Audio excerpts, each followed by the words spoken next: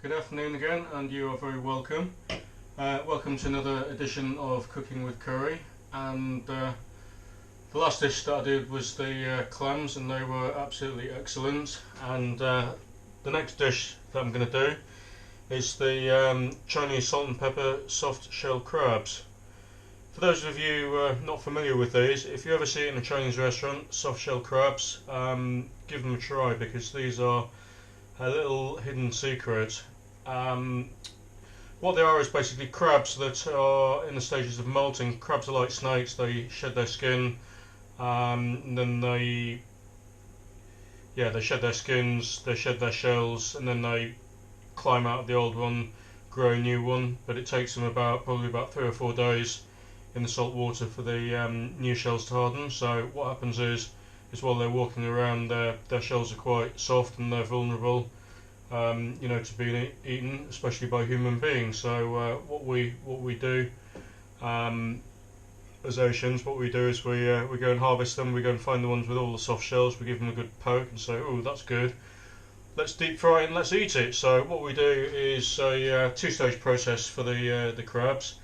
We deep fry them in a very light batter. In fact, the batter is so light it's basically we just dip them in flour, and then we deep fry them. We'll probably cut the crabs into quarters to start off with, deep fry them, cook them, put them to one side, and then the salt and chili sauce is literally as it says: salt, chili, bit of MSG, handful of spring onions thrown into it, and they're basically dry fried in a clean pan in the remaining salt and chili. These soft shell crabs came from the really good fish supplier that I'm using online at the moment, and they come in packs of 2. They're frozen, which is a bit of a shame. So what you do is you just put them in lukewarm water for an hour, let them defrost. They've already been completely gutted and cleaned, and all of the bits that need to be removed off them, like the gills and the rear waist track, they've all been taken off. So literally all we're going to do with these is cook them, and then prepare the seasoning for them separately, and then dry fry them. You can tell that these ones are not cooked because they're still brown. The edible crab is brown in colour before you cook it. Once it's been cooked, all of that will go to like a ready pink colour. So, but it'll still remain soft. And the idea of doing it in a light sort of flour tempura batter is that you just get them really, really crispy, and then the vegetables are just like a garnish on the top, which just gives a bit more seasoning and flavour to it. So, right. Okay, so one of the things that I'm going to go through now is just a little bit of kitchen etiquette and kitchen prep. Stems back to when I was a wash-up assistant and kitchen assistant down my local pub. So thanks Terry and Janet for giving us the tips when you had a little bit of time. Basically, the way to make food and make it really, really quick, and do that on a big sort of industrial scale, is that you have to have all of your ingredients and everything prepped. So basically what we're doing is we're chopping our garlic, our peppers, our onions. I'm going to have them on a plate.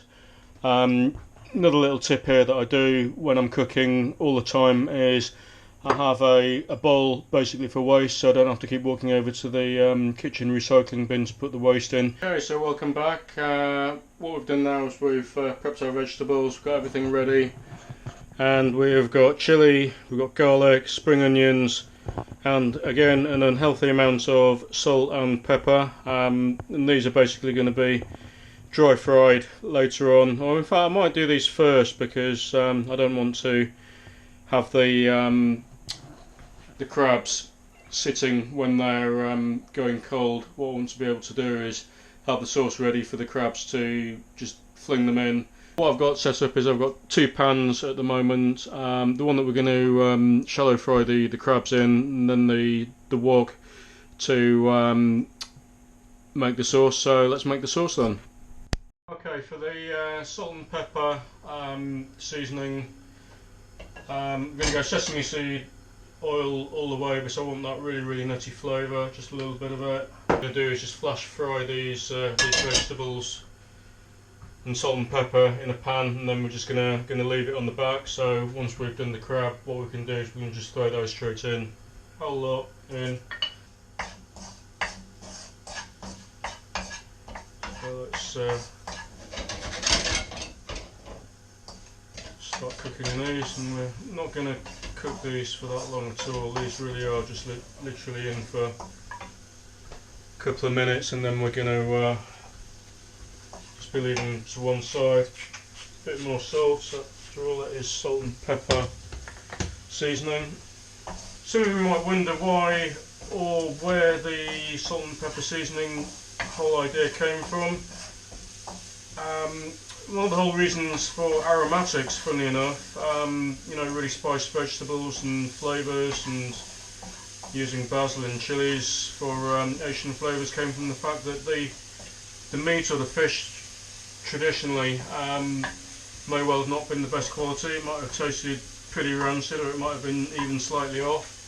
So what Asians decided to do was spice them up and add lots of seasoning and lots of flavours to them to hide the flavour and hide the fact that they might not have been necessarily the best quality meats. So we're just going to stir fry those and then turn the heat off. Ah yes, managed to find them. Still got a handful of sesame seeds left. These add a lovely texture and lovely aroma to any Asian cooking. We're going to put those in. Also dries up the pan a little bit of the fat. A little bit of light soy sauce in there as well, just to keep things funky. That's all in there. And that is basically our salt and pepper seasoning finished. So that is ready for the crabs. Okay, so cooking oil on, and now we've got to get ourselves organised. We'll leave that on to low heat. Salt and pepper seasoning sauce is all ready to go. Our good old friends here are now been hung, drawn and quartered, so they're all now into quarters. What we're going to do is we're going to dip them into the flour and then put them into the pan and try and do that. Let's put this in the flour, and yeah, I'm just going to literally do this. Put it in the flour and then straight into the pan, and then see how we go from there. So here we go. Right, the crabs will start hardening off once there's heat on them, but I don't want to overcrowd the pan, because otherwise then what happens is the moisture turns all the flour gooey, and then you end up with a basically a big dough ball of flour, which isn't really what we want. We're not at Pizza Express today, unfortunately. Yeah, this is starting to go pink, heats up nicely, and what I should do is just give it a minute or two on each side and then flip them over. But it all needs to be really nice and crispy, and this is how we're going to do it. Just moving them away from each other so that they don't stick to each other, because until they start going crispy, they're yeah. We've got a tendency to do that, so let's start turning them over. As you can see, they're going nice and golden brown and pink on the other sides, and it just looks absolutely great. Yeah, some really nice colours and flavours, and this is such an easy dish to do. It's just a little hidden gem. The old salt and pepper recipe is great. You might have seen on the old Chinese takeaway menus. If you haven't seen softshell crab, salt and pepper squid, that is probably my favourite dish from the Chinese takeaways. And every now and then you see the really big jumbo king prawns. The salt and pepper spicy coating on those as well, just is really great. That's a lovely dish to go for as well, if you ever see it on a Chinese menu. Let's give these a little bit of a heat. As you can see, the colour's starting to really come into that. There's lovely colours of pink in there. So And as we're doing these in basically like a light tempura batter, just a light flour batter, we can make these as crispy as you want. You can make them really dark, or if you want, you can have them really light. I like things really crunchy and really crispy, so I'm probably going to do these quite dark.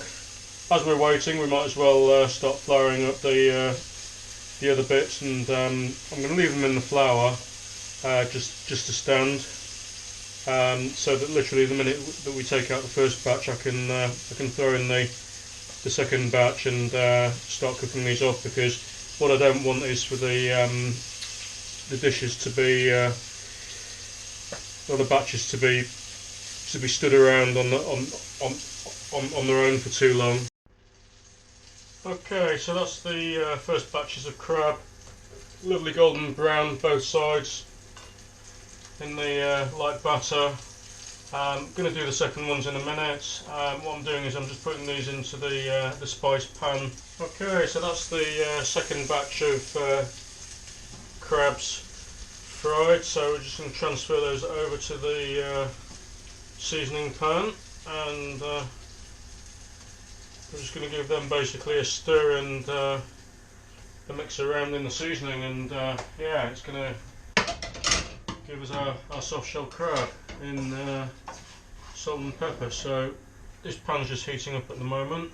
The pan is almost completely dry, and as we're mixing it around, it's literally just picking up the pieces of the salt and the chilli and the garlic. Serving dish at the ready while we're waiting, and let's have a little bit of a clean up as well. Okay, so we've seasoned the crab. Here we go, and this is what we've ended up with. This is our salt and pepper dry fried crab, so I'm going to go and eat that now while it's nice and hot.